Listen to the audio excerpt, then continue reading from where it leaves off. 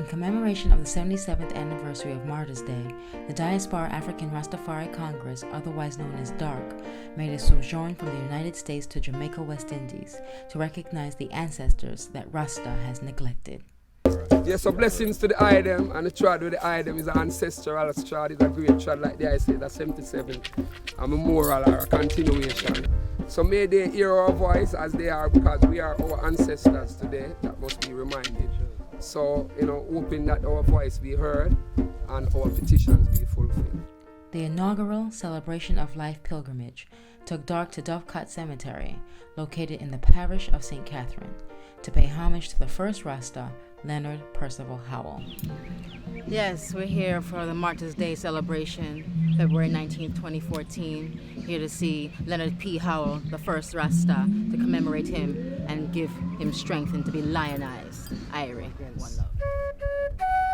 The heathen that has attempted to take us from our right and sovereign purpose. And today we come and pay homage at the founder of this Rastafari tradition. And Mr. Howell was the first to recognize Emperor Haile Selassie I as the revelation of Reverend James Morris Webb's prophecy.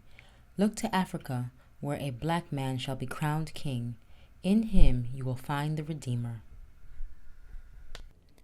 As a matter of fact, this statement is often wrongly accredited to Marcus Messiah Garvey. The second stop was Leonard Percival Howell's established self-contained community, Pinnacle, which is located in the St. Jago Hills of St. Catherine. Yeah, come to see Leonard Howell, the whole foundation. Give thanks, Rastafari. Today is Martyrs' Day. So from 1937 until now, we count 77. And Rastafari say I have to pay homage to the martyrs and tribute to the ancestry. Because without the ancestry, there is no I and I. So itinerally, a youth continue. Liberation must. There, the convoy checked out the occupied Pinnacle insurrection. Occupy Pinnacle was a sit-in organized by the Rastafari Nation in an effort to reclaim ownership of the first Rastafari community.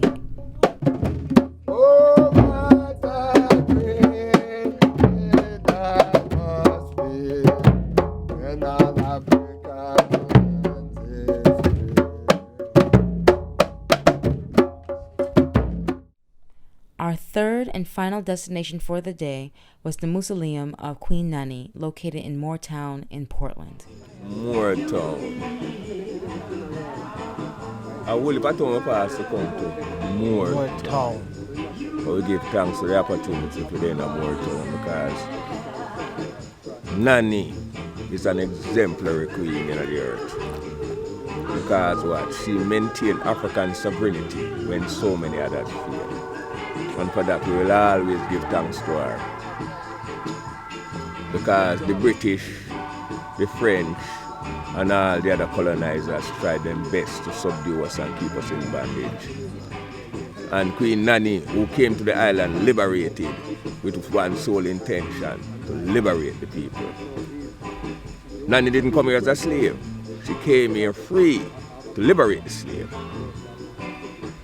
And not only did she come to liberate the slave, she was successful in liberating the slave. And that's why you have towns like these, this town they call it Moortown, where we are about to embark upon her memorial. Queen Nanny is the first national heroine of Jamaica and was a Maroon freedom fighter. She led the Moortown Maroons to several victories against the British Redcoats, which secured Moortown as a sovereign community for the Eastern Maroons of Jamaica. For her gallantry, Colonel Sterling, the chief of the Moortown Maroons, was presented with a plaque on her behalf, along with an honorary membership to DARC.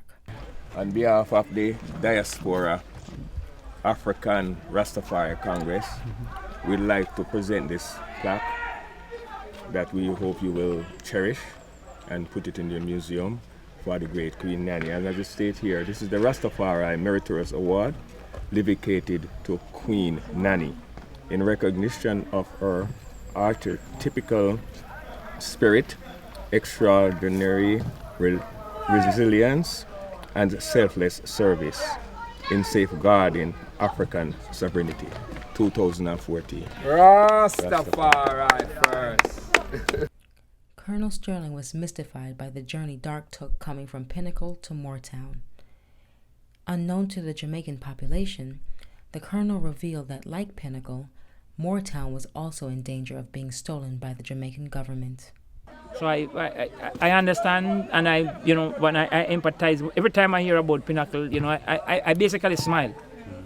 and I'm crying, I'm not smiling because I'm saying, I am saying that here we are now, 275 years after the signing of the treaty, and we have to be going to court for issues like that. And Pinnacle situation was just the other day, and the people still have to be arbitrating now for land that should have rightfully belonged. It's not an easy struggle. This pilgrimage took place on February 19, 2014, exactly 77 years after Emperor Haile Selassie I established Martyrs' Day.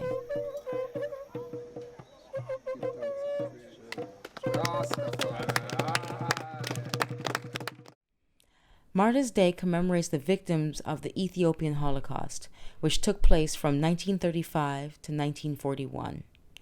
It was also on this day that the Ethiopian monastery, Debre Lebanos, was attacked and mercilessly obliterated by the fascist forces of Benito Mussolini's Italy. Monks and nuns from the monastery were executed, and over 30,000 people were murdered, with their homes burned to the ground. Ironically, the artilleries, including the mustard gas, were blessed by Pope Pius XI.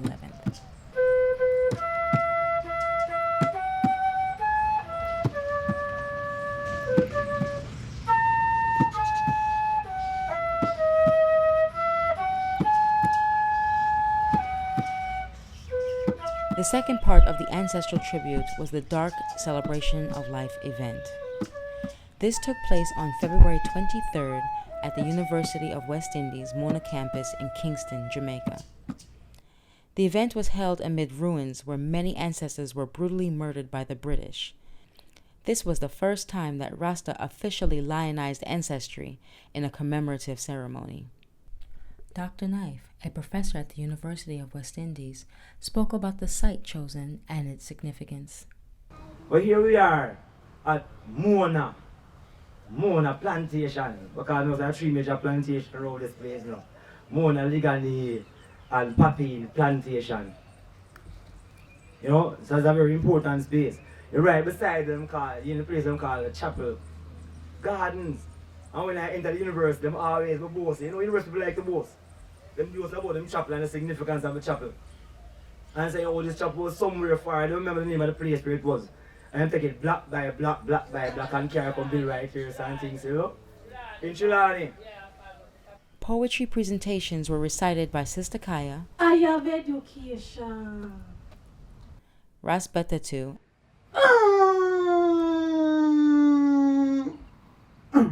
And Brother Adegan. Achoo the black. Musical renditions were performed by Sister Aishel. We who believe in freedom cannot rest until it comes.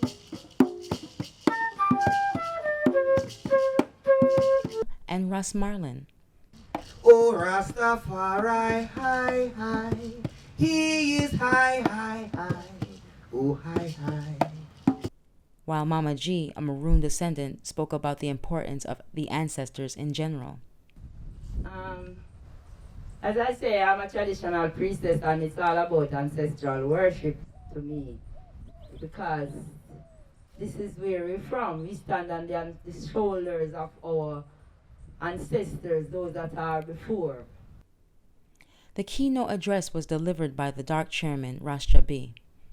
Ras Jabi explained the last rites by introducing the transitional elements, earth, fire, and air. You have heard. Oftentimes, within transition, we hear earth to earth. Come make we love our power ancient materials. Come make we love our power ancient patriarchs, come make we love operation parent. For this is good enough for Co-MCs Dr. Shabazz and Sister Kaya announced the names of ancestors with the pouring of libations. First that we want to do is we want to raise the libations cup to the heavens. We'll bless this libation to the ancestors. And first name that we want to call forth, and we're just going to call the names and give a drop of water in remembrance of the ancestors as we call forth their name. We call Queen Nzinga Ashe. Ashe is a Yoruba word meaning my heart, my spirit agrees with that which has been said. It's a word of power affirmation. You can say any word of power affirmation that is in alignment with your spirit in this time. Allow the Equiano,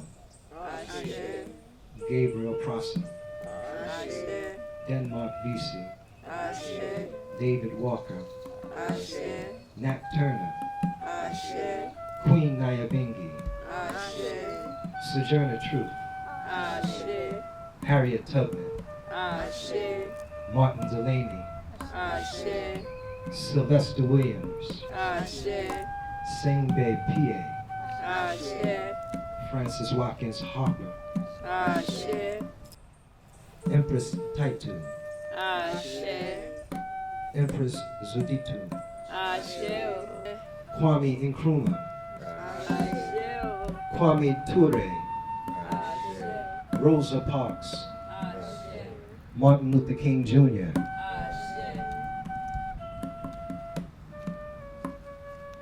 August Pabola, Alton Black, Alton Ellis, Alton Irie, Bongo Shorty, Bongo Smitty, Bongo Stone, Bongo Thomas, Bongo Thorny, Bongo Time, Bongo Wata, Kojo, Ashe, Culture Joseph Hill, Ashe, Hubert Calvin Silas, Ashe, Mama Bubbles, Mama Dada, Martin Oplano, give thanks. Nelson Mandela, Brother Peter, Peter Tosh, Prince Emmanuel, Prince Far Eye, Lennox Crooks, Terrence Francis, Marcus Francis, Russ George Bulldog. as we pour this last ultimate libation for the unborn that will return in the wombs and in the loins of our young princes and princesses as they come into fullness and into adulthood, as they bond and form strong families prayerfully, that they will continue the legacy of the ancestors as the ancestors return through the life of the unborn that we ask and expect to return. With this final libation, we say, Ashe, Ashe, Ashe. May the ancestors be pleased, may the Most High be pleased. And the ceremony concluded with the releasing of 2 doves by 2 youths, who symbolize continuity and immortality.